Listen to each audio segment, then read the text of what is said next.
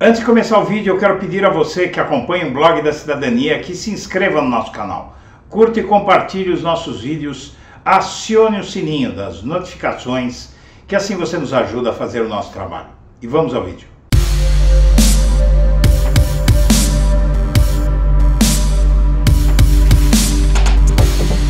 Bom dia, senhoras e senhores. Hoje é 15 de março de 2023, são 8 horas da manhã. E a ABIN ia usar o caso da facada em Bolsonaro para acusar a esquerda. Veja esse nível de manipulação que realmente choca o país neste momento em que vai se descobrindo um mega escândalo de Bolsonaro por dia. O inquérito sobre a facada em Bolsonaro vai se transformar numa arma na guerra do Lula em torno do comando da ABIN, para tentar fazer com que a ABIN seja uma agência de inteligência do país e não um elemento de opressão do Estado brasileiro contra o cidadão. A revelação de que a ABIN usou um programa secreto para monitorar a localização de qualquer pessoa por meio de celular nos 3 primeiros anos de Bolsonaro fez com que o Lula prometesse investigar e punir os responsáveis pela espionagem.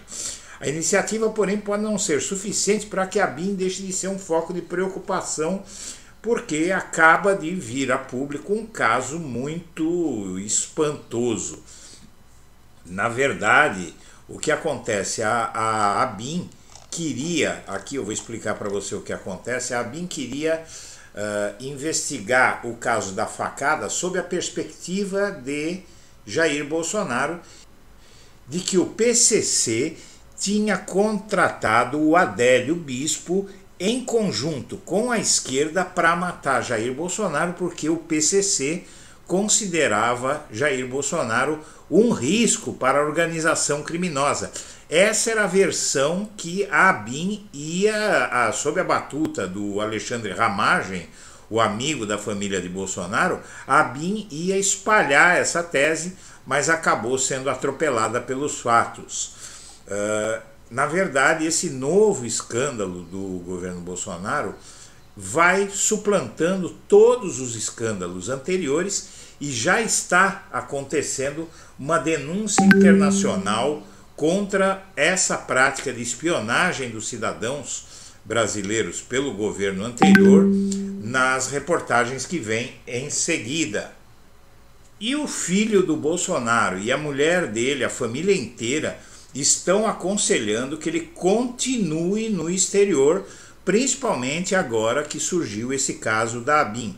Na verdade, eles estão prevendo que muita coisa a mais deve vir à tona e por isso não tem condição de o Bolsonaro voltar, no dizer dele, não é, do filho do Bolsonaro, o Eduardo, não tem condição dele voltar agora e recomenda que o pai viaje pelo mundo falando com líderes internacionais. Que líderes internacionais são esses que vão receber Bolsonaro nesse momento? Isso é que é mais espantoso. Quer que o pai viaje pelo mundo falando com líderes internacionais e fazendo contatos, e na verdade para fazer isso ele vai ter que sair dos Estados Unidos, ou seja, a fuga está mais do que anunciada, só não vai agir quem não tiver cérebro. O deputado federal Eduardo Bolsonaro faz parte da ala de integrantes da família que defende que seu pai permaneça mais tempo no exterior. O parlamentar disse à coluna que o conselho que dá Jair Bolsonaro nesse momento é viajar para estreitar relações com lideranças mundiais de direita. E isso, é óbvio, não passa de uma balela. E Bento versus Bento, em qual almirante das joias você acredita? Porque ele está dando diversas versões para o mesmo fato. O que disse que as joias remetidas pela ditadura da Arábia Saudita eram presentes para a primeira-dama em Michele Bolsonaro, ou o almirante que diz agora em depoimento à Polícia Federal que as joias eram para serem incorporadas ao patrimônio do Estado brasileiro. Se eram para Michele, ela poderia ter ficado com as joias desde que pagasse o imposto devido, como manda a lei. Se era um presente oficial de um governo para o outro, ao brasileiro cabia ficar com ela sem precisar pagar nada. Um presente oficial não se esconde, declara-se a Receita, de Michele veio escondido. E as organizações, várias organizações nacionais e estrangeiras, vão à ONU acusar Bolsonaro de uso inadequado de sistema de vigilância. São as organizações Artigo 19, Conectas Direitos Humanos, Data Privacy Brasil e Transparência Internacional. Vão denunciar o governo de Bolsonaro pelo suposto uso inadequado de sistemas de vigilância ao Conselho de Direitos Humanos na ONU. As acusações serão feitas em sessão prevista para esta quarta-feira em Genebra, na Suíça. E Roberto Jefferson aposta no anti-bolsonarismo para deixar a cadeia agora. É realmente um camaleão, ele está falando mal sem parar do ex-aliado, pensando que isso pode ajudá-lo a ser libertado, mas na verdade o motivo da prisão do Roberto Jefferson não é diretamente Bolsonaro, e sim as condutas do próprio Roberto Jefferson. E o Tribunal de Contas da União vai negar o pedido de Bolsonaro para armazenar joias no tribunal. Além de não ter atribuição de custodiante, a Corte não dispõe de estrutura e pessoal para manter as peças em segurança. E essa é mais uma estratégia, não se sabe onde o Bolsonaro quer chegar com isso, mas na verdade isso é só retórica. Para ele tanto faz onde as joias forem armazenadas, se já não estão mais nas mãos dele. E decreto de Lula de 2006 garante passaporte diplomático a Michele. Neste momento, esse passaporte diplomático é uma temeridade para uma pessoa que está envolvida em crimes no Brasil.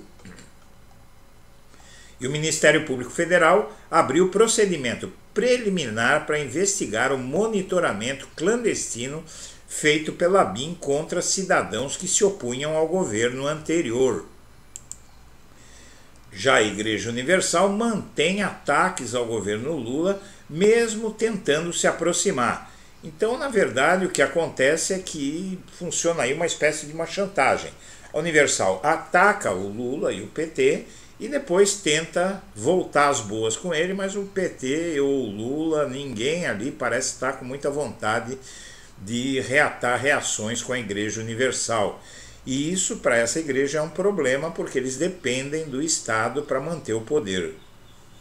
O presidente da República, o deputado Marcos Pereira, mantém o posicionamento de que a sigla ligada à igreja não integrará a base governista. E as apurações do governo, Congresso e TCU miram na identificação de alvos do programa secreto de espionagem. Então, governo, Congresso e Tribunal de Contas querem saber quem foi espionado pela ABIN a mando do ex-presidente da República, Jair Bolsonaro. E mandatos fixos para ministros do STF dividem candidatos a integrar a corte. Na verdade, os três principais candidatos são Cristiano Zanin, advogado do Lula, o Pedro Serrano, que é do grupo Prerrogativas, inclusive o criador, idealizador do grupo Prerrogativas, e o Manuel Carlos, assistente de Lewandowski, que é o favorito de Lewandowski para sucedê-lo. O Zanin é o favorito de Lula e o Pedro Serrano corre por fora. O Pedro Serrano apoia mandatos para ministros do STF, alguns estão falando em 8 anos, já Zanin e Manuel Carlos acham que o STF, os ministros do STF têm que ter mandato vitalício até os 75 anos, porque do contrário o STF perderia a força, e eu tendo a concordar com eles. Senhoras e senhores, nós agradecemos a atenção e estaremos de volta ao meio-dia. Um abraço para todo mundo. Antes de começar o vídeo, eu quero pedir a você que acompanha o Blog da Cidadania que se inscreva no nosso canal, curta e compartilhe os nossos vídeos, acione o sininho das notificações, que assim você nos ajuda a fazer o nosso trabalho. E vamos ao vídeo.